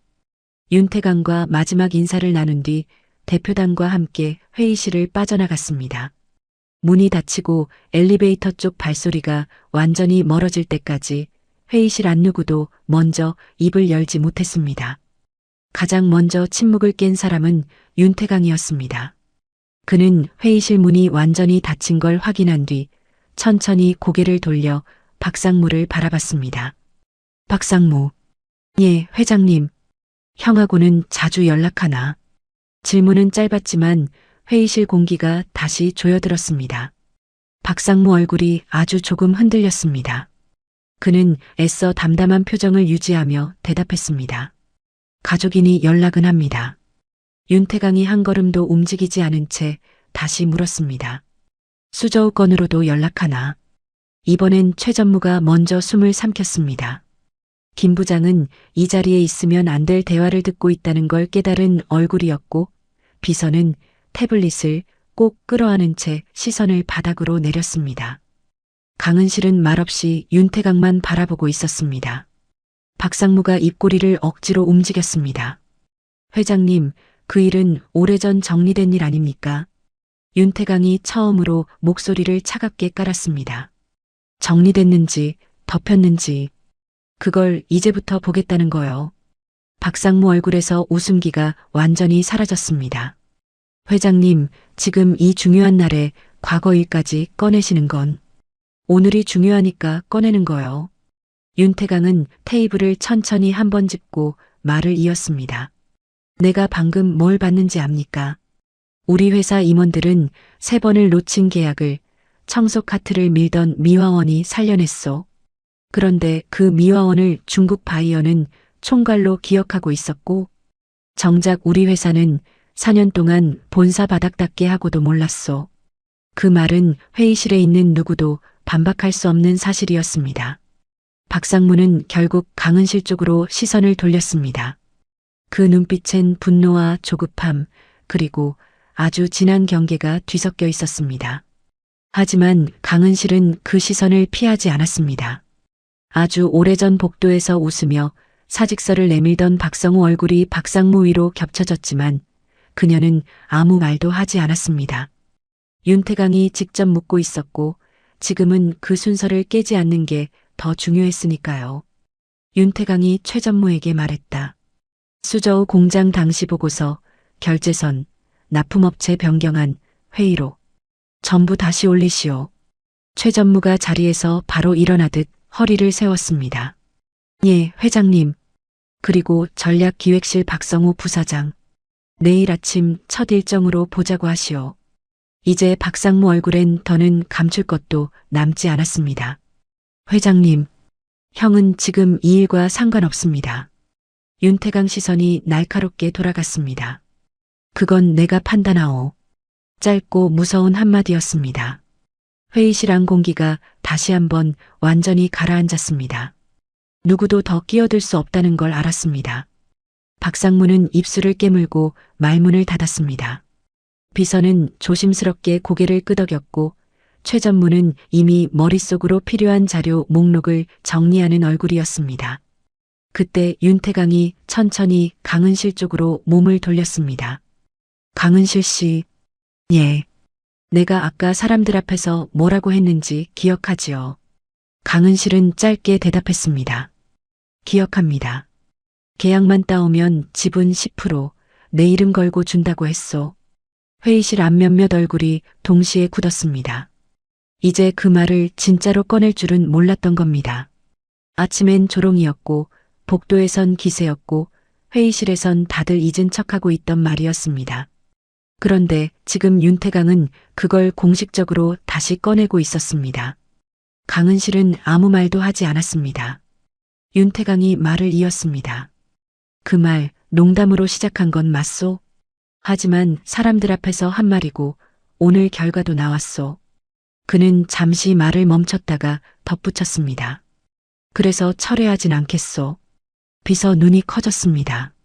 김 부장은 거의 숨을 멈췄습니다. 박상무는 아예 고개를 번쩍 들었습니다. 윤태강은 태연하게 계속 말했습니다. 당장 지분 이전을 오늘 이 자리에서 마무리하자는 건 아니오. 법무 검토도 필요하고 절차도 있겠지. 하지만 약속한 몫은 주겠소. 그 대신 형식은 내가 정하겠소. 강은실은 그 말에도 표정을 크게 바꾸지 않았습니다. 다만 눈빛이 아주 잠깐 아래로 내려갔다가 다시 올라왔습니다. 누군가의 장난처럼 시작된 모욕이 결국 상대 입으로 책임이 되는 순간 그 장면을 마음속 어디에 어떻게 담아야 할지 스스로도 잠깐 판단하지 못하는 얼굴이었습니다. 윤태강이 물었습니다. 받겠소? 회의실 안 시선이 다시 모두 강은실에게 쏠렸습니다. 강은실은 한동안 대답하지 않았습니다. 그 침묵은 길지 않았지만 아주 오래된 시간을 통과하는 사람처럼 무거웠습니다. 수저우 공장 회의실에서 손을 들던 날들, 보고서에서 자기 이름이 지워지던 밤, 사직서에 도장을 찍고 혼자 버스 창가에 앉아 손을 떨던 시간, 서울로 올라와 새벽마다 다른 사람 발자국 닦던 복도, 그 모든 시간이 한순간에 밀려왔다가 지나가는 듯 했습니다. 마침내 그녀가 입을 열었습니다. 지분이 중요한 건 아닙니다. 박상무 입가에 아주 미세한 안도 비슷한 것이 스쳤습니다. 하지만 강은실 다음 말이 그 표정을 바로 깨뜨렸습니다. 대신 오늘 제 이름이 다시 불린 건 없던 일처럼 덮지 않으셨으면 합니다. 윤태강 눈빛이 무거워졌습니다. 무슨 뜻이요? 수저우 건 누가 어떤 보고를 올렸고 누가 어떤 결재를 했는지 그건 그냥 지나가면 안 됩니다. 최 전무가 자리에서 거의 숨도 못 쉬고 듣고 있었습니다. 비서 역시 태블릿을 꼭 쥔 채 움직이지 않았습니다. 강은실은 차분히 말을 이었습니다. 전 이미 잃을 건 다 잃었습니다. 직함도 자리도 시간도요. 그래도 적어도 제가 뭘 하던 사람이었는지는 다시 지워지지 않았으면 합니다. 그 말은 울분도 아니고 하소연도 아니었습니다. 너무 담담해서 오히려 더 무거웠습니다. 윤태강은 한참 동안 강은실을 바라봤습니다. 그 시선엔 미안함도 계산도 자존심도 섞여 있었지만 그 어떤 감정도 선명하게 드러나진 않았습니다. 다만 분명한 건 지금 이 자리에서 가장 부끄러워야 할 사람이 누구인지 회장 스스로도 알고 있다는 점이었습니다. 윤태강이 아주 낮게 말했습니다. 알겠소. 짧지만 가벼운 대답은 아니었습니다. 지분은 약속대로 준비하겠소. 그리고 수저우 건도 다시 보겠소. 이번엔 덮는 방식으로 끝내진 않겠소. 강은실은 고개를 숙였습니다. 예. 그 순간 박상무가 결국 못 참고 입을 열었습니다. 회장님, 이건 너무 나가십니다. 형 일까지 들추면 회사에 좋을 게 없습니다. 지금은 계약 성사된 날 아닙니까? 윤태강이 돌아봤습니다. 맞소. 계약 성사된 날이지. 그래서 더 바로 잡아야 하오. 박상무는 입을 다물었습니다. 회장은 더는 그에게 설명할 생각이 없어 보였습니다. 그는 비서를 향해 말했다. 법무팀, 감사팀, 내일 오전 회의 잡고 전략기획실 박성호 부사장 자료까지 다 준비시켜요. 비서는 바로 대답했습니다. 예, 회장님. 회의실 문이 열리고 사람들이 하나둘 빠져나가기 시작했습니다. 최전무는 서류를 챙기며 강은실 쪽을 한번 봤다가 조용히 고개를 숙였습니다. 그 인사엔 미안함도 있었고 뒤늦은 존중도 있었습니다. 김 부장과 영업팀 사람들은 감히 말을 걸지도 못한 채 지나갔고 비서는 마지막까지 태블릿을 품에 안고 서 있다가 작게 말했습니다. 오늘 정말 감사합니다. 강은실은 짧게 고개만 끄덕였습니다. 마지막으로 회의실에 남은 건 윤태강과 강은실 두 사람이었습니다. 윤태강은 창밖을 잠깐 보다가 말했다. 강은실 씨, 예. 내가 사람 보는 눈이 없었소. 강은실은 대답하지 않았습니다. 회장은 씁쓸하게 웃었습니다. 아니, 정확히는 보고 싶은 것만 봤던 거겠지. 그 말은 누구보다 자신에게 하는 말처럼 들렸습니다. 잠시 후 강은실이 아주 조용히 말했습니다. 이 회사엔 아직 일하는 사람들이 많습니다. 그 사람들까지 다 잃게 만들진 마십시오. 윤태강은 그녀를 바라보다 천천히 고개를 끄덕였습니다. 그래서 더 늦기 전에 보겠소. 강은실은 더 말하지 않았습니다. 회색 조끼를 단정히 정리하고 테이블 옆에 세워둔 청소 카트 손잡이를 다시 잡았습니다. 그 순간이 이상하게도 회의실 안 누구보다 품이 있어 보였습니다. 아침엔 모두가 비웃던 손잡이였는데 지금은 전혀 달랐습니다. 자기가 어떤 자리까지 갔다 왔든 어떤 이름으로 불렸든 다시 자기 손으로 오늘을 마무리하는 사람의 손 같았습니다. 강은실이 회의실 문을 열고 나오자 복도 건너편에서 미화팀 반장 박 여사가 눈을 동그랗게 뜨고 서 있었습니다. 박 여사는 종일 소문만 듣다가 이제야 직접 은실 얼굴을 본 사람이었습니다. 은실 씨, 대체 무슨... 강은실은 피곤한 얼굴로 아주 조금 웃었습니다. 끝났어요. 박 여사는 여전히 놀란 눈으로 그녀를 따라섰습니다. 아니, 회장님이 직접 찾고 사람들이 전부 날리고. 은실 씨, 도대체 무슨 일이 있었던 거예요? 강은실은 잠시 복도 끝 창문 쪽을 봤습니다. 해가 거의 다 졌고 유리창에 어두운 건물 그림자만 남아 있었습니다. 그녀는 아주 천천히 대답했습니다. 오래전에 못 끝낸 일을 오늘 겨우 조금 끝낸 거예요. 그 말은 누구에게 설명하려는 말도 아니었고 누구를 설득하려는 말도 아니었습니다. 그저 자기 자신에게 하는 말에 가까웠습니다. 강은실은 청소 카트를 밀고 복도를 천천히 걸어갔습니다. 낡은 운동화 밑창이 바닥과 닿는 소리는 여전히 작았습니다. 회색 조끼도 그대로였고 손등에 거친 자국도 그대로였습니다. 겉으로 보면 아침과 전혀 다른 것이 없었습니다. 하지만 그녀가 지나가는 복도 공기는 아침과 달랐습니다. 누군가는 멈춰서서 그녀를 바라봤고 누군가는 급히 고개를 숙였고 누군가는 멀리서 수군거렸습니다. 강은실은 누구도 보지 않았습니다. 그녀에겐 이미 충분했기 때문입니다.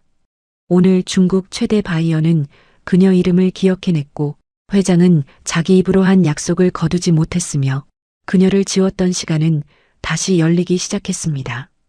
청소 카트를 밀던 58살 여자. 사람들은 끝까지 그녀를 그렇게 불렀을지 몰라도 적어도 이제 도진그룹 안에서 그 이름은 다시는 예전처럼 가볍게 지나가지 않을 것이었습니다. 강은실. 한때 수저우 공장을 살렸던 사람. 그리고 오늘 회사를 다시 한번 살린 사람이었습니다. 누군가는 사람의 겉모습만 보고 자리를 정하지만 끝내 판을 뒤집는 건 그 사람이 걸어온 시간과 실력이었습니다. 오늘 강은실 씨가 되찾은 건 지분이 아니라 지워졌던 자신의 이름이었죠. 살다 보면 늦었다고 생각한 순간에도 다시 제자리를 찾는 날이 옵니다. 오늘 이야기가 마음에 남으셨다면 구독과 좋아요 한 번씩 눌러주시고 어디서 듣고 계신지 댓글로 꼭 남겨주세요. 오늘도 시청해주셔서 감사합니다.